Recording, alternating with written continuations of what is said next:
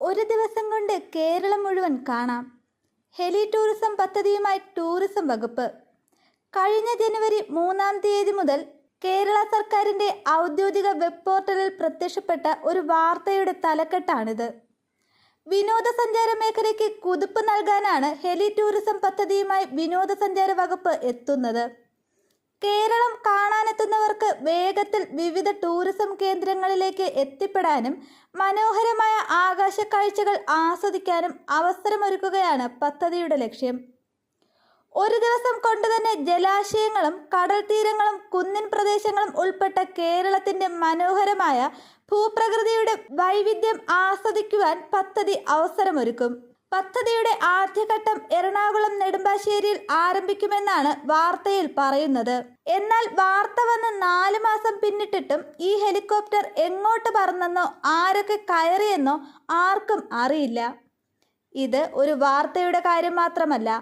സംസ്ഥാനത്തെ പ്രധാന വരുമാന മേഖലയിലൊന്നായ ടൂറിസം വകുപ്പ് കുറച്ചുനാളായി നിരവധി വാഗ്ദാനങ്ങൾ നൽകുന്നുണ്ട്. ഇതെല്ലാം പരസ്യത്തിൽ മാത്രം ഒതുങ്ങുന്ന കാഴ്ചയാണ് ഇപ്പോഴുള്ളത്. സംസ്ഥാനം കടുത്ത സാമ്പത്തിക പ്രതിസന്ധിയിലൂടെ കടന്നുപോകുന്ന സാഹചര്യത്തിൽ പ്രഖ്യാപിക്കുന്ന ഓരോ പദ്ധതിയുടെ പരസ്യത്തിനും നൽകുന്നത് കോടികളാണ്. ഉത്തരം പറയേണ്ട ടൂറിസം മന്ത്രിയാകട്ടെ ഉലകം ചുറ്റും വാലിബനായി മാറിയിരിക്കുകയാണ്. ടൂറിസം മന്ത്രി മുഹമ്മദ് റിയാസിന്റെയും വിശ്വസഞ്ചാരി സന്തോഷ് ജോർജ് കുളങ്ങരയുമൊക്കെ പ്രത്യേക മേൽനോട്ടത്തിൽ പ്രഖ്യാപിച്ചതാണ് സംസ്ഥാനത്തെ കാരവാൻ ടൂറിസം പദ്ധതി.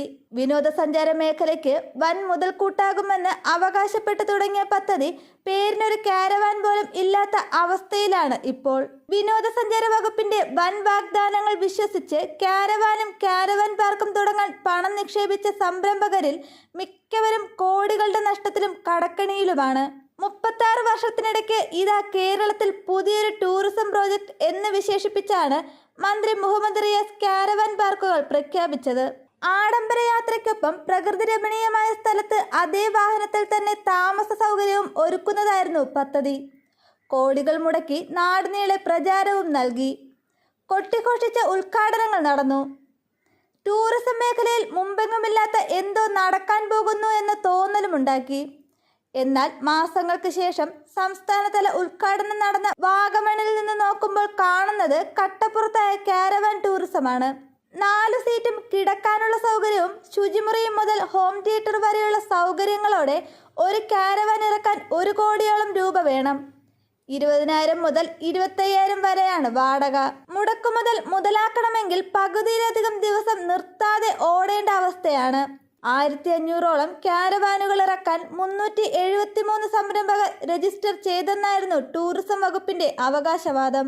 അതേസമയം 150ഓളം പാർക്കുകൾക്ക് പ്രപ്പോസലായെന്നും പറഞ്ഞിരുന്നു. പൂട്ടിക്കെട്ടിയ പദ്ധതിയുടെ കണക്ക് ചോദിച്ചാൽ പരിശോധിക്കണമെന്ന മുട്ടാപ്പോക്കാണ് മറുപടി.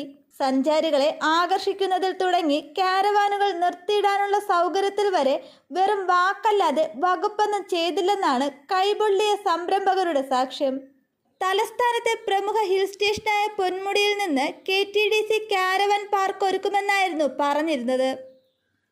പദ്ധതി പ്രാബല്യത്തിൽ വന്നത് 2021-ൽ.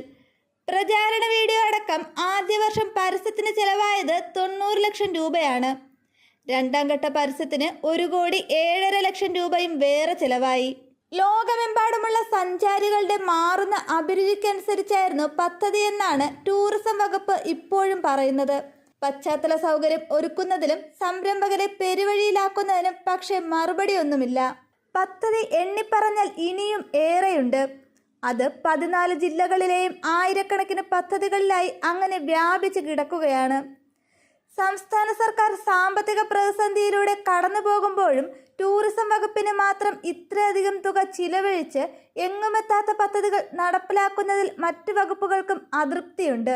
ക്ഷേമ പെൻഷനുകൾ വൈകുന്നതും മുടങ്ങുന്നതും മാത്രമല്ല, തൊഴിലുറപ്പ് പദ്ധതിയിലടക്കം പണിയെടുത്ത പലർക്കും കൂലി നൽകാനാകാത്ത സ്ഥിതിയും നെൽകർഷകർ ഉൾപ്പെടെ പല കർഷകർക്കും സംഭരിച്ച നെല്ലിന് പണം നൽകാനുമാകാത്ത സ്ഥിതിയും ഉണ്ടായിട്ടുണ്ട്.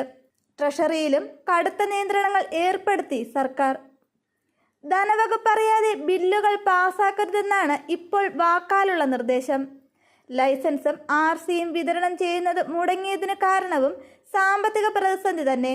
വിതരണം ചെയ്യുന്ന സാധനങ്ങളുടെ വില കൂട്ടണമെന്ന് സപ്ലൈകോ ആവശ്യപ്പെട്ടതും സാമ്പത്തിക പ്രതിസന്ധി മറികടക്കാൻ വേണ്ടിയാണ്. സംസ്ഥാനം കടുത്ത സാമ്പത്തിക പ്രതിസന്ധിയിലാണെന്ന് പിണറായി വിജയൻ തന്നെ അംഗീകരിച്ച സാഹചര്യത്തിലാണ് മരുമകന്റെ വകുപ്പിൽ വാരിക്കോരി ധൂർത്ത് നടക്കുന്നതെന്ന ആരോപണവും ശക്തമാണ്. 2002 അന്നത്തെ മുഖ്യമന്ത്രി A.K. ആന്റണി മാധ്യമങ്ങൾക്ക് മുന്നിൽ വന്ന് ഖജനാവിൽ 5 പൈസയില്ല എന്ന് പറഞ്ഞത് പിന്നീട് പലപ്പോഴും തമാശയായി മാറിയിട്ടുണ്ട്. എന്നാൽ ചരിത്രത്തിലെ കടുത്ത സാമ്പത്തിക പ്രതിസന്ധിയിലൂടെയായിരുന്നു കേരളം അന്നും കടന്നുപോയിക്കൊണ്ടിരുന്നത്. ശമ്പളവും പെൻഷനും മുടങ്ങി, പുതിയ നിയമനങ്ങൾ നിർത്തിവെച്ചു, ട്രഷറി പൂട്ടി. അങ്ങനെ അന്നുവരെ കാണാത്ത അപൂർവ നടപടികൾക്കെല്ലാം അന്ന് കേരളം സാക്ഷിയായി. 21 വർഷത്തിന് ശേഷം വീണ്ടും ഒരു മുഖ്യമന്ത്രി പൊതുമധ്യത്തിൽ വന്ന് സാമ്പത്തിക പ്രതിസന്ധിയുണ്ടെന്ന് അംഗീകരിച്ചിരിക്കുകയാണ്. എന്തുകൊണ്ടാകും കേരളത്തിൽ ഈ സ്ഥിതി ആവർത്തിക്കുന്നത്? അത് മനസ്സിലാക്കാൻ കേരളത്തിൻ്റെ കണക്ക് പുസ്തകം വിശദമായി പരിശോധിക്കേണ്ടതുണ്ട്. അല്ലാതെ ലോകം ചുറ്റിയിട്ട് കാര്യമില്ല.